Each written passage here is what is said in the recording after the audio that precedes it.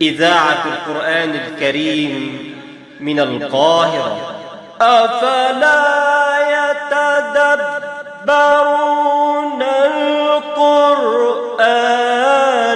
ولو كان من عند غير الله لوجدوا فيه اختلافا كثيرا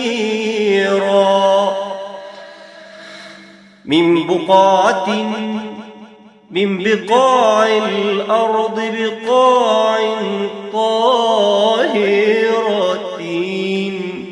بسم الله مولامنة